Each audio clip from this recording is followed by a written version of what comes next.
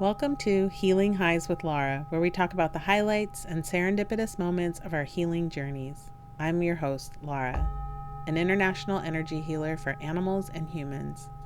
Thank you for being here. I love sharing these stories with you.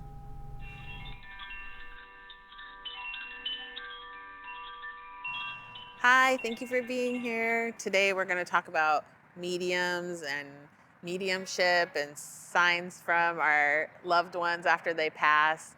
I was in a session with a client a couple weeks ago, and we were working on them living their purpose and healing any barriers around that. And at the end of the session, their grandparent came through. And so it sort of turned into this medium session where I was giving them messages from their grandparent, and they were feeling so supported and loving the energy of connecting with their grandparent. And then we started talking after the session about mediums and channelers and things like that. And I was like, oh, we should talk about that on the podcast. So I was thinking about the different types of mediums. There's, medium who's channeling information from anything from your loved ones to spirit guides, angels, animals, collective star beings, all kinds of things, right? And then there's psychic mediums who can predict things in their channeling. And there's like telepathy, where you're like reading someone's mind or sending messages in that way. With mediumship, just like pure mediumship and signs from your loved ones that cross, whenever you've experienced something like that on your own or in a session with someone, you don't even realize that you missed that connection from that person almost sometimes. If it's not someone that you're connecting with on a regular basis, I remember I connected with my grandmother, who I think about often, but I don't feel her come in to my space very much. And I connected with her, and I felt like, oh, wow, I really miss her so much. And I didn't realize that. And it was just lovely to spend that time with her. And then the people that we do spend time with, or we do get signs from, or that have recently passed that we miss so much, it just really brings a level of peace to connect with them through a medium, or your own, like connecting with them, being a medium for yourself, or the signs that you get from them. And I was thinking about that, like that you can be a medium for yourself if you don't have access to someone that can do that for you. Being a medium, everyone can do it. We think that, oh, if you're clairvoyant, you can see things, that's your strength. Maybe it is. Maybe you're good at hearing things. But everyone can do everything, I think. I think everyone can access all of that. Whether it's you have one that's like your strongest suit, that's great. But you can do all of it by healing, practicing. And maybe you're sitting here like, I've never done any of that. And again, you can do it. Yes, it's a gift, but all of us have that gift. So you can heal the limiting beliefs that you have around it. You can heal any fears you might have around knowing that you can do that, or connecting with those things, because maybe that's a little bit scary and that can be a barrier for you. And then practicing, right? Practicing keeping that channel open. And it's like how we talk about the algorithm on social media. If you're putting your energy to something, more of that will come. So if you're practicing it, then you'll be able to be more clear in doing that for yourself and maybe other people. And then what happens is it just becomes like a way of life. And so when I was thinking about talking about this today, the stories that I wanted to share seemed like they happened so long ago, which they did. And I thought, I know I have things that happen all the time. Like, things happen every day, but because it's become such a norm and a way of communicating with my spirit team or my loved ones or friends, whatever it is, angels, because it just becomes part of my day-to-day communication with that team around me, it's the bigger moments I feel like happened early on to convince me like, keep going, keep doing this. You like how this feels. So those are the stories that I thought to share. Things happen all the time nowadays, but like I said, they just have become, I don't remember them as much because they're happening so much. So the stories I want to share came from so long ago because I remember at the time being so amazed that that was possible and that that could happen. Um, my neighbor, because this was like 25 years ago, my neighbor and friend, he gave me this book and it was called We Don't Die. And I'll put it in the description. I think it's George Anderson. It's like stories about George Anderson. It was a medium. And at the time when that was written, the book comes from this point of view of like trying to convince people that it's real. Because now there's TV shows about it and everybody's comfortable with it, but back then it was like trying to like prove you're not a fraud kind of a thing, and that's even a real thing. But what happened was less about what's in the book and more about just being in the energy of it. So my friend gave it to me and he said, everyone that reads this has an experience while they're reading it. So his friend gave it to him and he had this like visitation while he was reading this book, which is about mediumship and about how people don't die, their energy just transforms. And then my neighbor and friend, he was saying when he read it, he was camping alone and like a deer walked up to him and just stared at him. And that was his experience. So he gave it to me and he's like, okay, when you're reading this, like something's going to happen. And it did. So I'm reading it. And then at the time I was visiting my boyfriend's family, and they had just moved his great grandmother's stuff out of where she had lived because she had passed away. And all her boxes, it was like 10, 12 boxes in their family room, which no one really went in there too often. And so they had all these boxes of her stuff and no one was home. It was just he and I. And then he left to go wait for me in the car. And I heard a noise downstairs where the boxes were. And I thought, well, who's in the house? And I knew, I was like, oh, it's her. And I was like, yeah, it's her stuff. She's around her stuff, right? And then I ran down the stairs to leave the house and I just glanced over to the room and I saw the boxes, and at the bottom box said her name. And I was like, oh yeah, it's totally her. And then I got in the car and I told my boyfriend at the time, I said, hey, I heard a noise by your grandmother's stuff and it's her. I know it's her visiting. She's around. And he's like, how do you know it's her? And I said, well, because that's where the noise was. But then when I saw the box, I saw her name and I was like intuitively like, oh, it's her. I'm being drawn to her name. Like, she's here. And he goes, oh, her name's not on those boxes. And I said, yeah, it said, and I said her first and last name. And he's like, okay, well, her name's not on those boxes. And how would you know her last name? Because it was his great grandmother. I had met her, but I only knew her first name. And there was like different marriages and things, and so different names. And so I didn't know her last name. And so he was saying, you don't know her last name. How did you know her? And I said, because it's on the box. And we went back and forth and we thought, okay, when we get back, we'll look at the box and we'll see, like, there it is. There's her name. And I'm just saying that as a validation of like, I felt her. There's her name. It's her. And he's going like a step further to say, no, her name isn't there. And how did you know her name? And that's even wilder. And so, of course, we get back and we're just like getting in the house and we look at the boxes and there's no name on any of the boxes at all.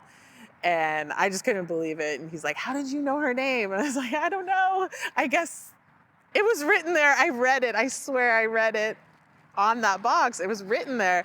And so that was my experience when I was reading that book. It was that I saw the writing of someone's name who I knew was in the house as a spirit, and it wasn't there. And I know at the time that was really validating for me because I was moving into this space of healing what I was capable of. And it just really supported me in doing more of that and being more open to that and reading that book and knowing like, this is the thing. And I started to look back at like my whole childhood, and my family was so open to all of that. We talked about it a lot. and the different experiences we each had of people visiting us or giving us signs. And it just was a very normal thing.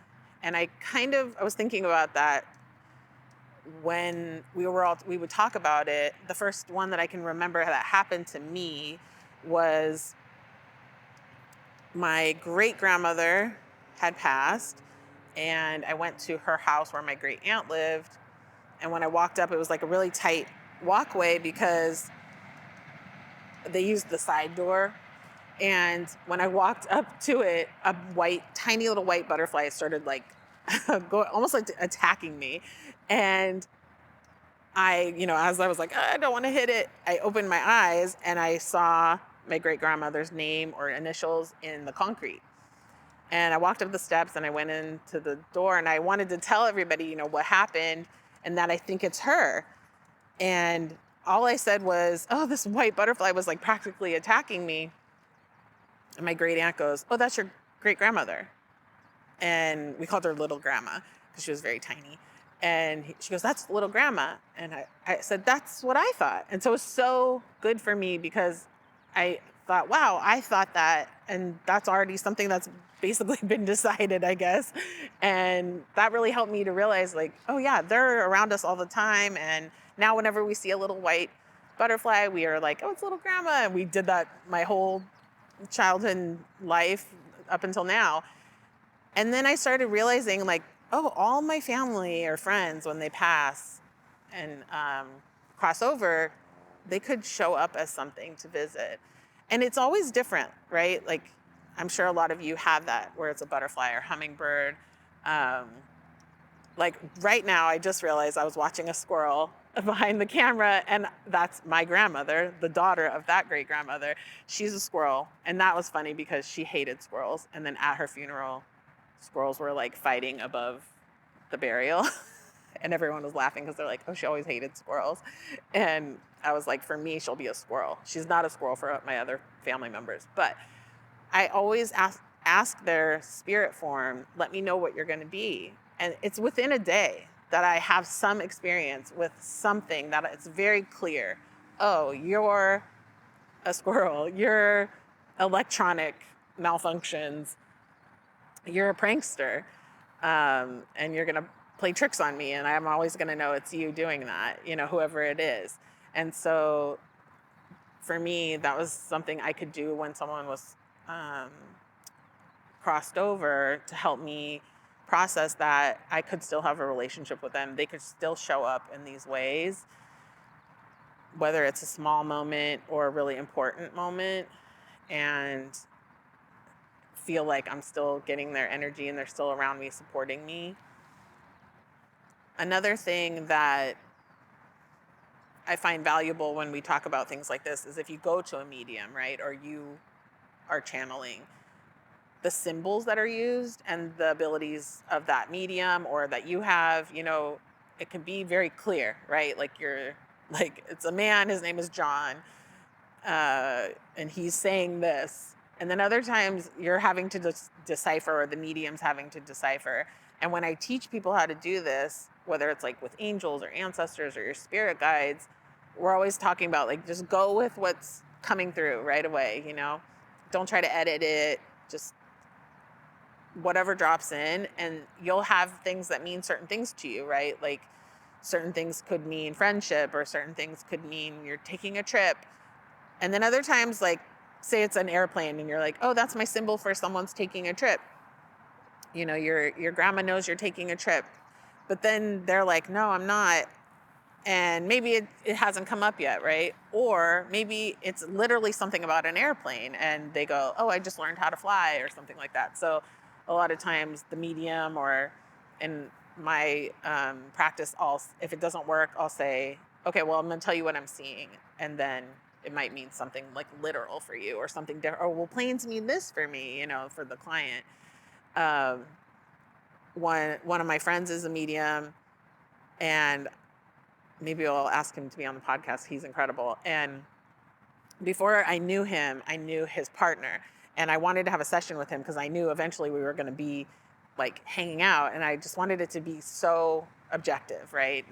He didn't know anything about me. through our friend and through his partner.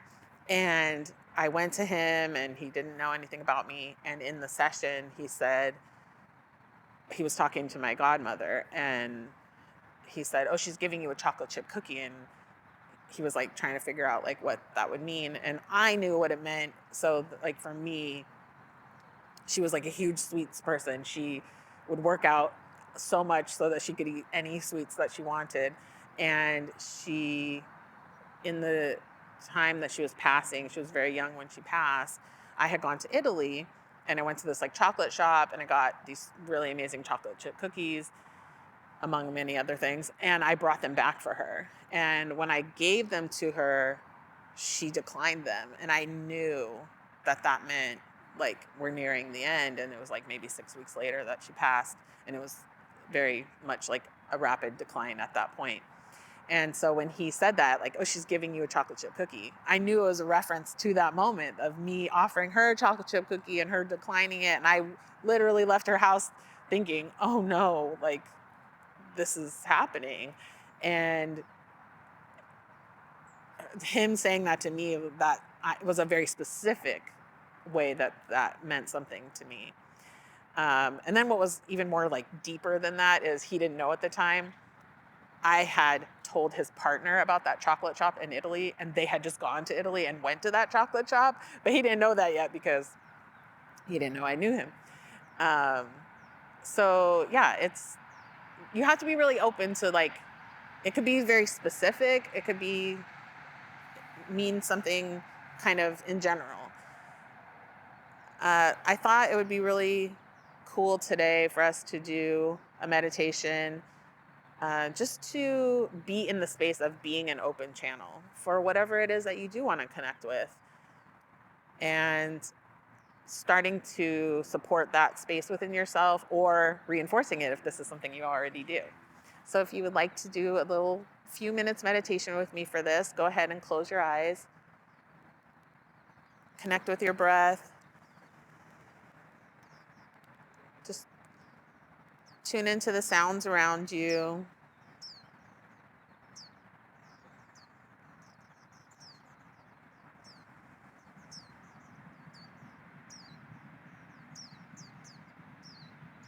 And in the stillness of your mind, we'll just start to ask for a connection to source. And through that connection, we'll ask for open pathways to your ancestors, angels, star beings, your spirit team, anyone that you would like.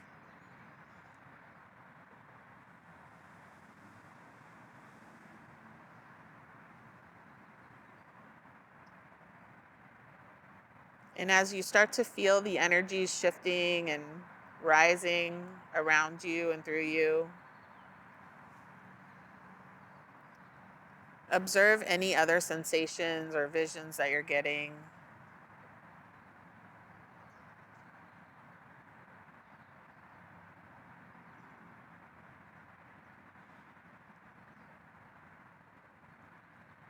Remember that you're safe to see, hear, communicate with all beings that are in love and light.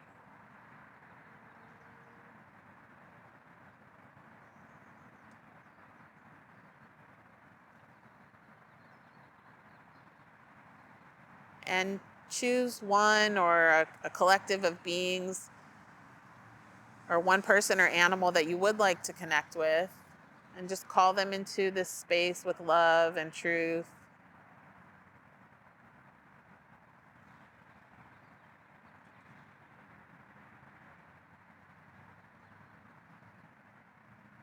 Feel their energy, feel that it's familiar to you.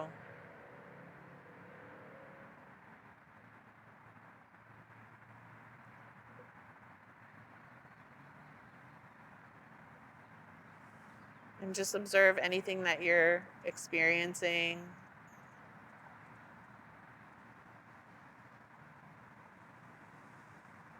You can draw them closer to you and even see yourself hugging them.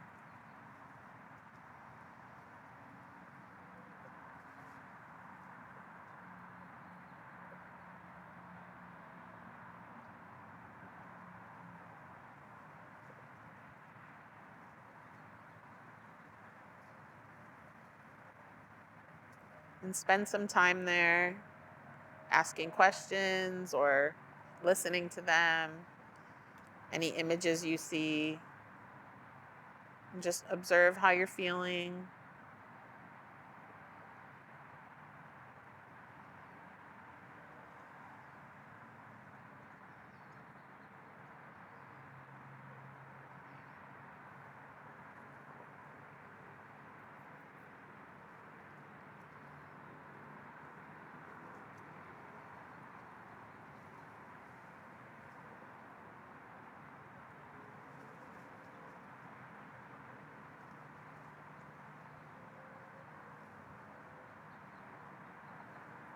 And while you're in this experience,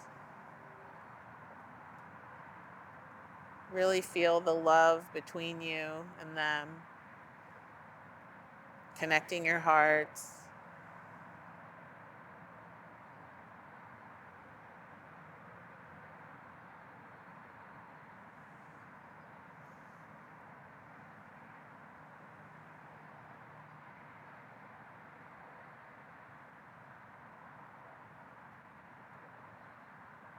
And say a prayer for them as well. This really helps them in their own spiritual growth.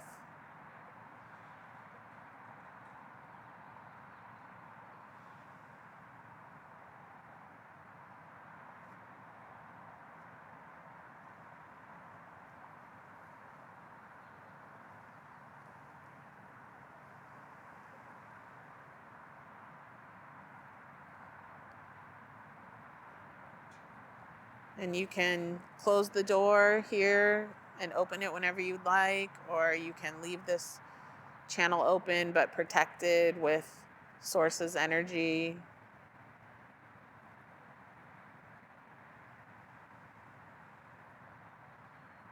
We give gratitude for this time and connection.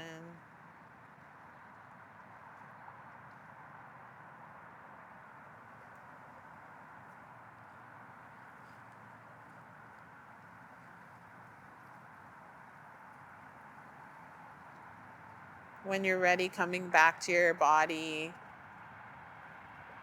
feeling that your energy feels different now.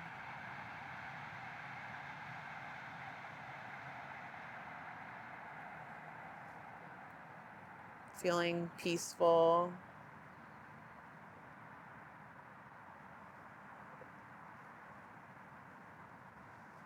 When you're ready, opening your eyes.